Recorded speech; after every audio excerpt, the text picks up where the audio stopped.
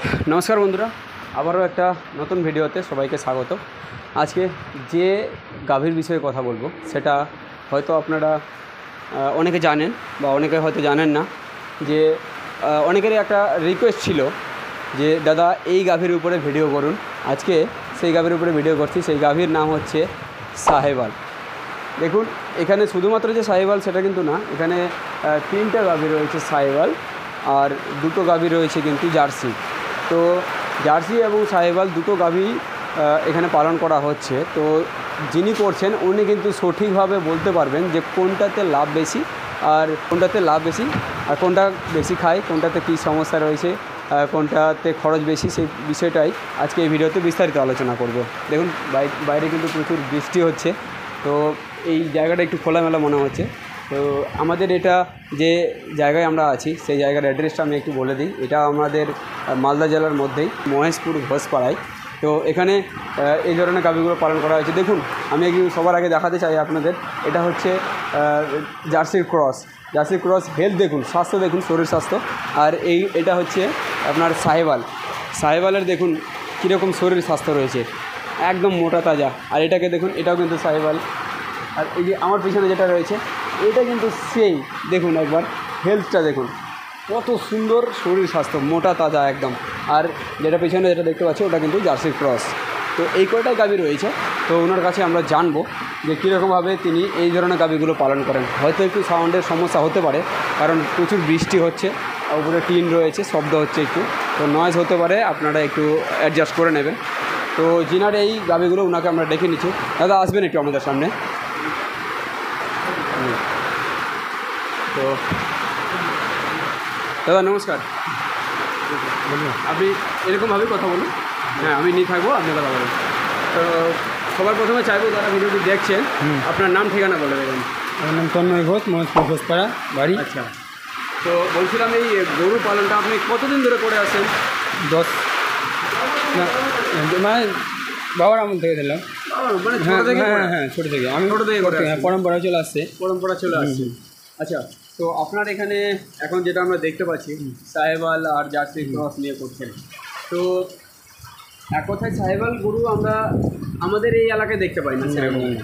সবাই তো এই ধরনের গাভীগুলো পোষে বাইরের গরু, বাইরে। হ্যাঁ, বাইরে থেকে। এই সাহেবাল গরুগুলো আপনি কতদিন ধরে পালন করছেন? সাহেবাল মোটামুটি 7-8 বছর, 10 বছর। 10 বছর পালন করছেন? আচ্ছা, কোথেকে নিয়ে আসেন এগুলো নিয়ে আসে না, বাড়ির গরু সাহেবালের বীজ তোমার খরচ করে সাহেবাল হয়, জার্সির পেট থেকেই হবে। ও, মানে বীজ দিয়েছেন সাহেবালের। আচ্ছা, গরু জার্সি ছিল, হ্যাঁ দেশি থেকেও, দেশি গরু দিয়ে থাকলেও সাহেবালের বীজ দিলে বাচ্চা সাহেবালই হবে।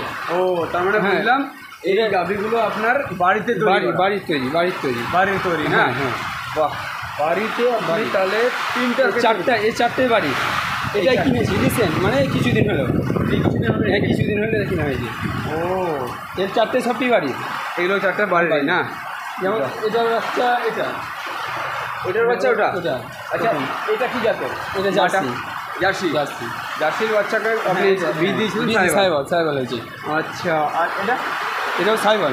ওটা কার বাচ্চা? ওটা ওর বাচ্চা না, ওর মা বিক্রি করে দিয়েছি। ওর মাটা বিক্রি করে? বাচ্চা রেখে দিয়েছিলাম, বাচ্চাটাকে রেখে দিয়েছিলেন। ওর মাও সাহেবাল ছিল। মাটা সাহেবাল ছিল। আচ্ছা, আর এটাও সাহেবাল। হ্যাঁ। এর মাও খরচ ছিল, জার্সির খরচ ছিল। আচ্ছা, তাহলে মানে জার্সির ক্রস থেকে আপনি সাহেবালের করেছেন না? তো এই সাহেবালটা কেন কারো তো বাড়িতে দেখতে পাচ্ছি না, আপনার বাড়িতে সাহেবাল কেন? ওটা ডাক্তারের দাঁত। দুধ কীরকম? হ্যাঁ, দুধ হয় 8-10 কিলো, 9 কিলো এরকমই দুধ হয়, বেশি দুধ হয় না, 10-এর উপরে যায় না। 10-12 কিলো। হ্যাঁ, সাহেবালের দুধ হয় 10-12 কিলো হয়। হ্যাঁ। তো এই জার্সির দুধ আর সাহেবালের দুধের মধ্যে তফাৎ আছে। হ্যাঁ, ওটা কম দেয় বলে মোটা, গাঢ় ভাল টেস্ট হয়। এটা বেশি দেয় বলে দুধ পাতলা হয়। আচ্ছা, এর যেমন 14 কিলো 15 কিলো দুধ করে এরা। হ্যাঁ, তো অটোমেটিক দুধ তোমার নরম হবেই। আর ওর ভিতর থেকে 10 কেজি দুধ বেরাচ্ছে, তবে 5 কেজি হবেন। আমি একটা কথা বলতে চাই বন্ধুরা, আমার বাড়িতেও একটা কিন্তু গাভী রয়েছে, সেটা হচ্ছে সাহেবাল। তো সেক্ষেত্রে আমি ডিফারেন্সটা বুঝেছি আর কি, যে যেগুলো জার্সি গাভীর যে দুধ আর সাহেবালের দুধের মধ্যে অনেকটা তফাৎ থাকে।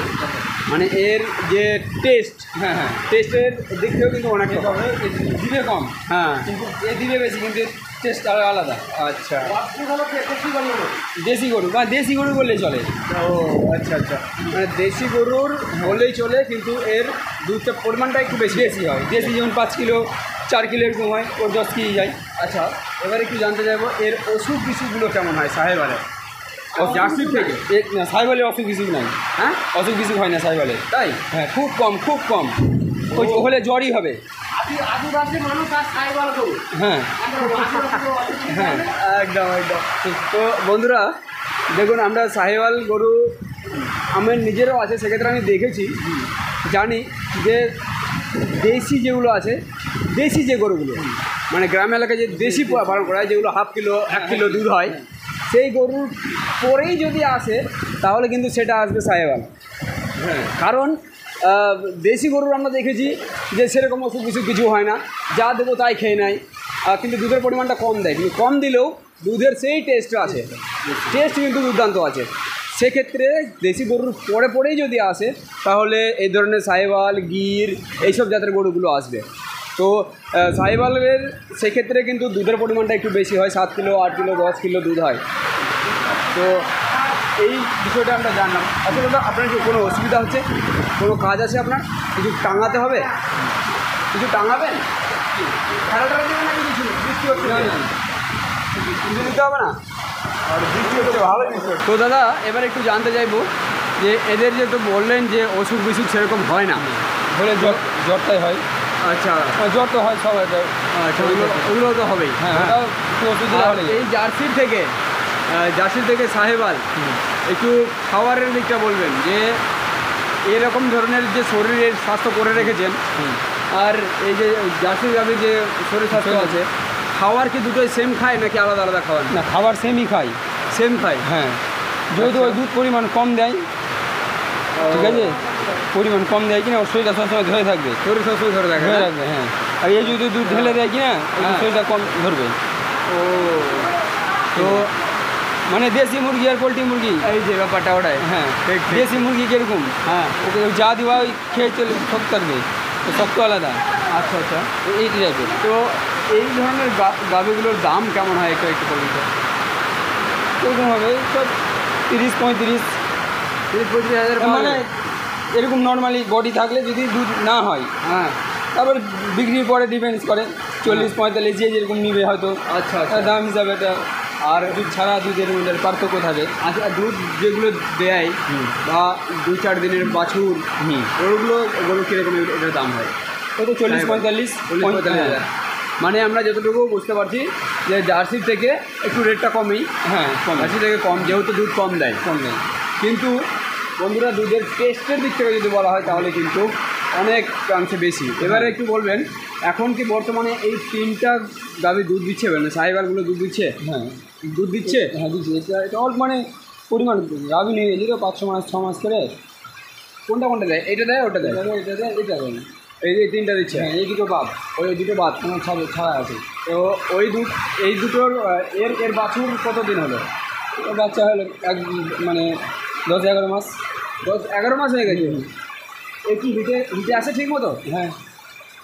আর বীজ কি ডাক্তারের বীজ থেকে দেন? এর ডাক্তারও মানে লাগে না, ওকে ছেড়ে দিলে নিয়ে গাভিন হয়ে যায় সারেই। ও সার দিয়ে হয়? হ্যাঁ হ্যাঁ হ্যাঁ। তো সার আবার বাইরের ভালো একটা মানে সার পাবেন তবে তো, মানে সাহিওয়াল সেরকম সার হবে তবে তো। সার সাহিওয়াল জার্সি এরকম 10-1200 থাকে। আচ্ছা, ঠিক আছে। তো আপনারা তাহলে বীজ দিয়ে করেন না? না, বীজ দিয়ে সব এগুলো করা হয়, একেই করা হয় না। যেহেতু গাভিন হলে ওকে ছেড়ে দিলে গাভিন নিজে হয়ে যায়। আচ্ছা আচ্ছা।